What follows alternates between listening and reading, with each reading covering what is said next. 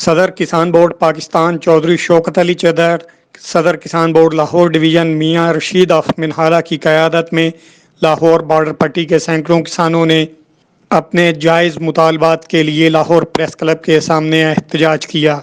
مظاہرین سے خطاب کرتے ہوئے صدر کسان بورڈ پاکستان چودھری شوکت علی چدر نے کہا کہ اگر حکومت نے ہمارے مطالبات پر سنجیدگی سے نوٹس نہ لیا تو کسان بورڈ پاکستان کا اگلا احتجاج بنی گالہ کے باہر ہوگا۔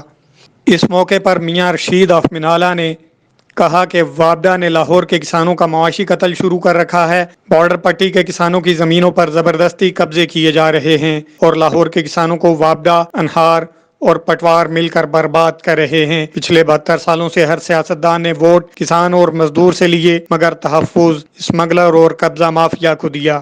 میاں الیاس سینئر نائب صدر لاہور ڈویژن نے کہا کہ منہالہ، قلعہ جین سنگھ، نتھوکی، پڈانا، پینی جٹاندی اور دیگر دیہاتوں میں لوگ خودکشی کرنے پر مجبور ہو چکے ہیں۔ متعدد بار پرامن احتجاج بھی ریکارڈ کروایا مگر اعلیٰ حکام کے کانوں پر جوں تک نہیں رینگتی۔ ہمارے مطالبات پر سنجیدگی سے نوٹس نہ لے کر ہمیں مجبور کیا جا رہا ہے کہ ہم اپنے بیوی بچوں سمیت خود سوزی کر لیں۔ Syed Waqar Hussain Rizvi, general secretary Kisan board نے چیف جسٹس آف پاکستان، وزیر اعظم Pakistan, chief of army staff, governor اور وزیر اعلیٰ پنجاب سے پرزور مطالبہ کیا کہ ہمارے دیرینہ مسائل فوری طور پر حل کیے جائیں تاکہ ہم بھی پاکستان کی ترقی اور خوشحالی میں اپنا بھرپور کردار ادا کر سکیں۔